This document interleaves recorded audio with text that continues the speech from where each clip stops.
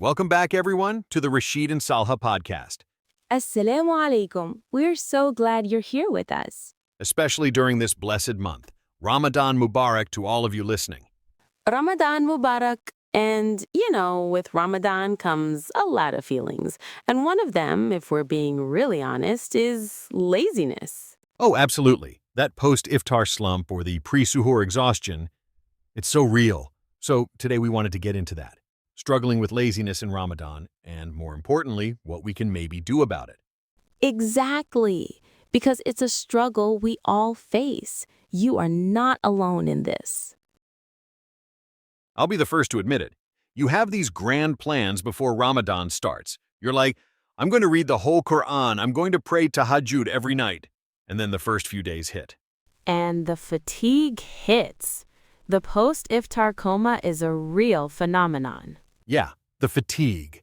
Last night, I told myself I'd just check the news for 5 minutes. An hour later, I'm watching a documentary about how they make rubber bands. I don't know how I got there. Rubber bands. See, that's exactly it. It's so random. You sit down after iftar, you're full, you're tired, and you think, okay, just 5 minutes on my phone. And then you look up and it's almost time for Taraweeh and you haven't done anything. It's this strange contradiction, right? We have the self-control to not eat or drink for 16, 17 hours straight. Exactly. And the algorithms are designed to do that. They feed you one interesting thing after another. Before you know it, you've spent an hour of your precious Ramadan time on things that have zero spiritual value. It's a modern-day trap. And it's a spiritual fast, too, not just a physical one. We're acing the no food, no water part, but we're letting our eyes and ears feast on things that don't benefit us. It completely contradicts the purpose of what we're doing. Right, which is incredible when you think about it. It really does. The whole point is to develop taqwa, that God consciousness. But if we're just replacing food with mindless entertainment, are we really achieving that?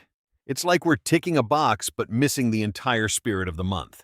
It is. We're mastering this huge basic physical desire. But the desire for that cheap dopamine from our phones? It feels impossible to control sometimes. It's like our discipline muscle is strong in one area but totally atrophied in another. Mm-hmm. And it feels like Satan knows exactly which button to push. He knows you're tired, your guard is down. He's not going to come with some huge, obvious sin. He's going to come with that little whisper. Just relax.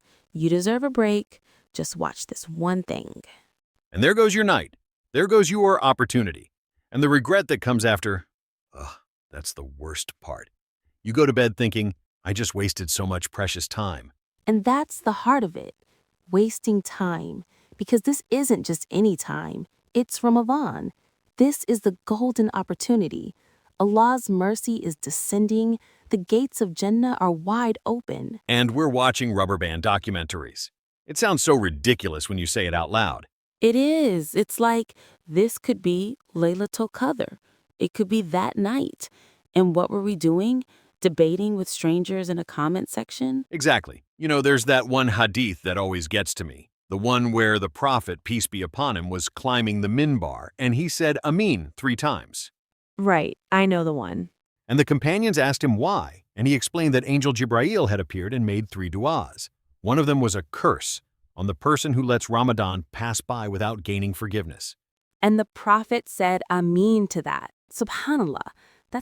It's terrifying. It's not a small thing. It's a dua made by the greatest angel and confirmed by the greatest prophet. The weight of that is just immense. It's a massive wake-up call. We can't let this laziness win. We can't squander this chance on just entertainment. It's too important. Absolutely. So that brings us to the big question. We know the problem. We feel the guilt.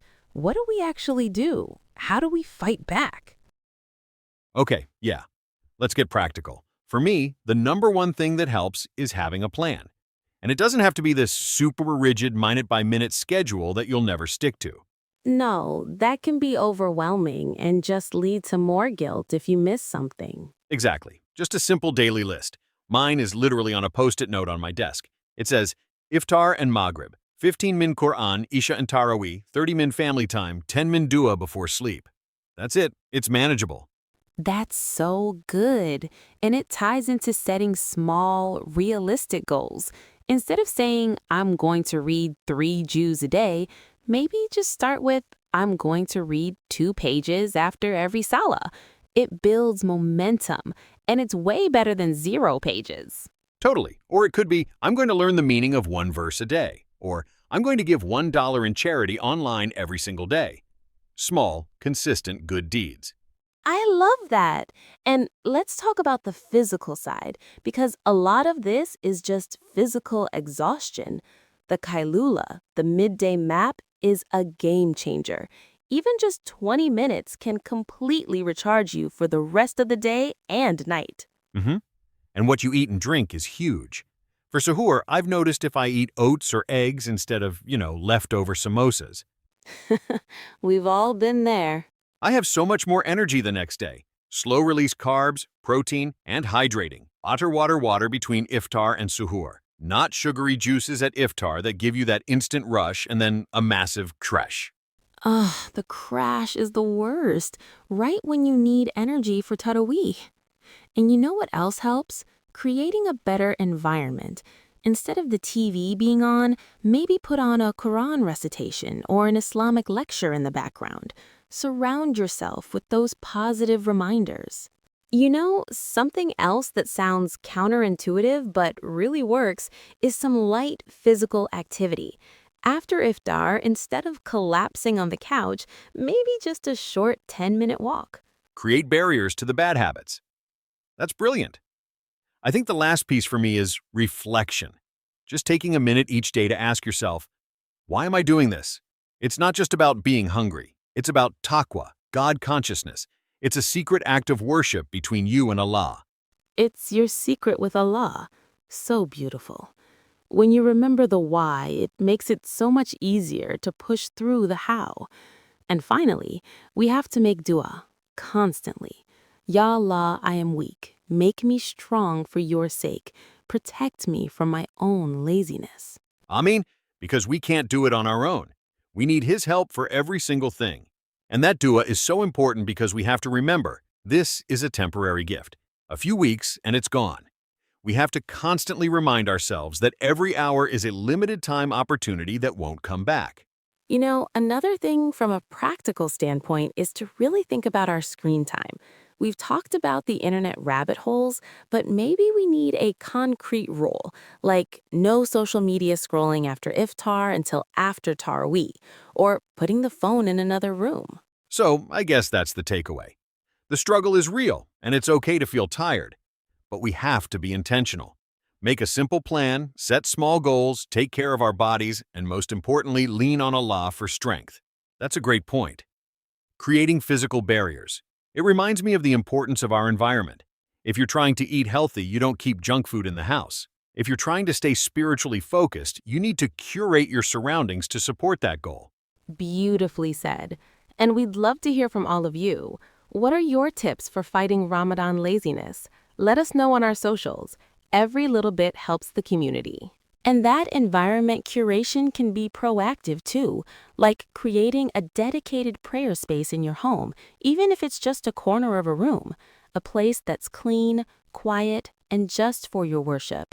When you enter that space, your mind knows it's time to connect with Allah. Absolutely. Well, that's all the time we have for today. Thank you so much for tuning in to the Rashid and Salha podcast. We pray you all have a productive, blessed, and accepted Ramadan. Until next time, Assalamu alaikum. Wa alaikum assalam.